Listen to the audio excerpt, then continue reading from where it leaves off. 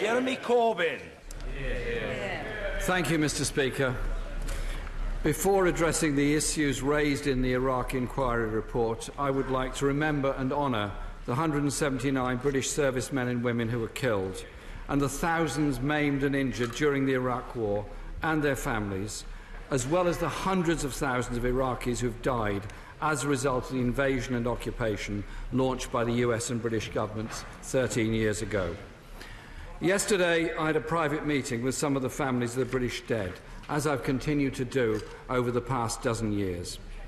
It's always a humbling experience to witness the resolve and resilience of those families and their unwavering commitment to seek truth and justice for those that they lost in Iraq.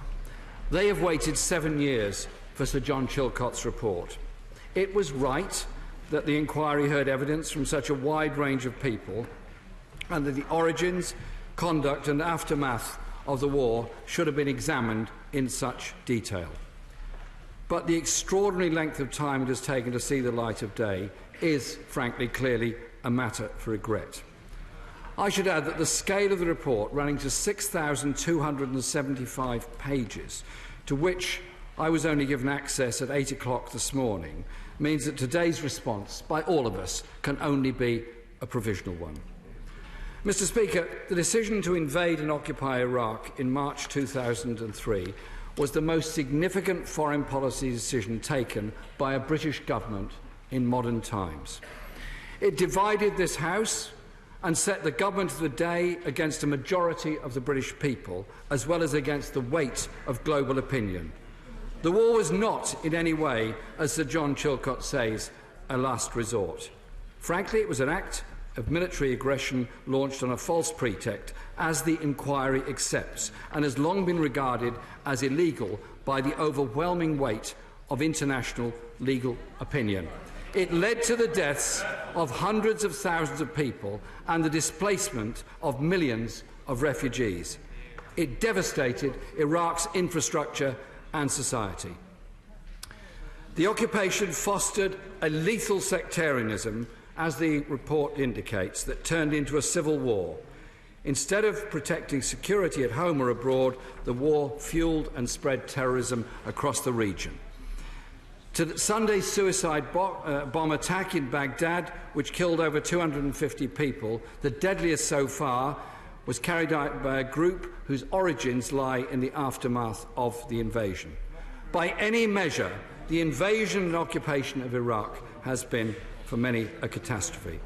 Mr. Speaker, the decision to invade Iraq in 2003 on the basis of what the Chilcot report calls, and I quote, flawed intelligence about the weapons of mass destruction has had a far-reaching impact on us all. It's led to a fundamental breakdown in trust in politics and in our institutions of government. The tragedy is that while the governing class got it so horrifically wrong, many of our people actually got it right. Many, on February the 15th, 2003, 1.5 million, spanning the entire political spectrum, and tens and millions of other people across the world, marched against the impending war, the biggest ever demonstration in British history. It wasn't, Mr. Speaker, that those of us who opposed the war, underestimated the brutality or the crimes of Saddam Hussein's dictatorship. Indeed, many of us campaigned against the Iraqi regime during its most bloody period, when the British government and the US administration were actually supporting that regime, as was confirmed by the 1996 Scott Inquiry. But we could see this state, broken by sanctions and war, posed no military threat, and the WMD evidence was flimsy and confected, that going to war without United Nations authorization was profoundly dangerous, that foreign invasion and occupation would be resisted by force, and they would set off a series of uncontrollable and destructive events. If only this House had been able to listen to the wisdom of many of our own people when it voted on the 18th of March against waiting for a UN authorisation for a second resolution. The course of events might have been different. All but 16 of the members of the official opposition at that time supported the war, whilst many in my party voted against it, as did others in other opposition parties. There are members here today on all benches, including dozens of my Labour colleagues, who voted against the war. But none of us, Mr. Speaker, should take any satisfaction from this report. Instead, all of us, I believe... We can't have a running commentary on the statements made from the front bench. Members of this House know me well enough to know that I will allow all opinions to be expressed, and if that means the Prime Minister has to be here for quite a long time, he's accustomed to that. But the right honourable gentleman is entitled to be heard with courtesy. If people want to witter away, leave the chamber. It's boring and we don't need you. Jeremy Corbyn. Thank you, Mr. Speaker. We have to be saddened at what has been revealed, and we must now reflect on that.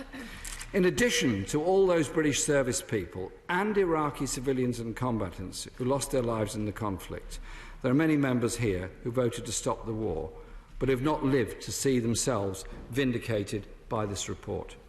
First and foremost, Mr. Speaker, it would do us well to remember Robin Cook, who stood over there 13 years ago and said, in a few hundred words, in advance of the tragedy to come, what has been confirmed by this report in more than 2 million words. The Chilcot report has rightly dug deep into the litany of failures of planning for the occupation, the calamitous decision to stand down the Iraqi army and to dissolve the entire Iraqi state as a process of de-Baathification. But the reality is, it was the original decision to follow the US President into this war, in the most volatile region in the world, and impose a colonial-style occupation that led to every other disaster. The government's September 2002 dossier, with its claim declaring that Iraq possessed weapons of mass destruction that could be deployed in 45 minutes, was only the most notorious of many deceptions. As Major General Michael Lorry told the inquiry, and I quote, "We knew at the time that the purpose of the dossier was precisely to make the case for war rather than setting out the available intelligence." Military action in Iraq not only turned a humanitarian crisis into a disaster, it also convulsed the entire region, just as intervention in Libya in 2011 has sadly left the country in the grip of warring militias and terror groups. And the Iraq War actually increased the threat of terrorism in our own country, as Baroness Manningham-Buller, former head of MI5, made clear to the inquiry. There are many lessons that need to be drawn from the Iraq War and the investigation carried out by Sir John Chilcot and his inquiry for our government, our country, this Parliament, as well as my party and indeed every other party.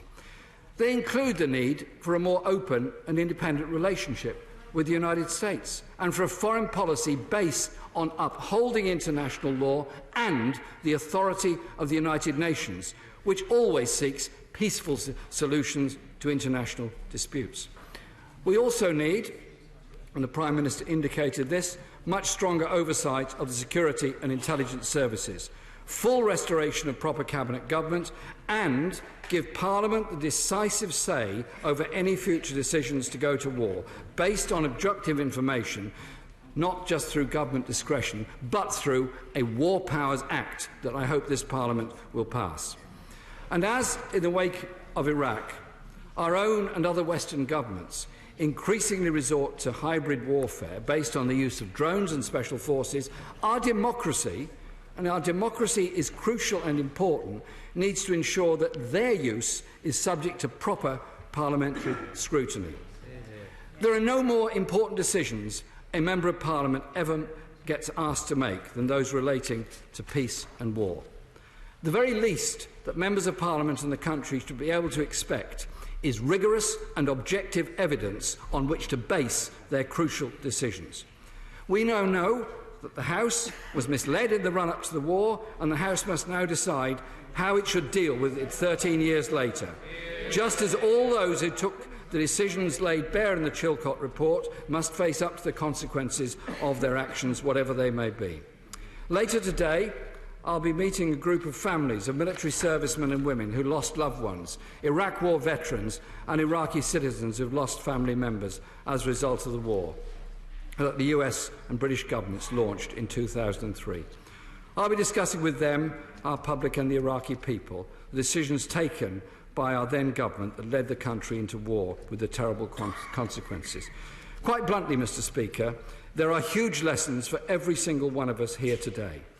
We make decisions that have consequences that don't just go on for the immediate years, they go on for decades and decades afterwards. We need to reflect very seriously before we take any decisions, again, to take military action without realising the consequences of those will live with all of us for many decades to come and have often incalculable consequences as a result.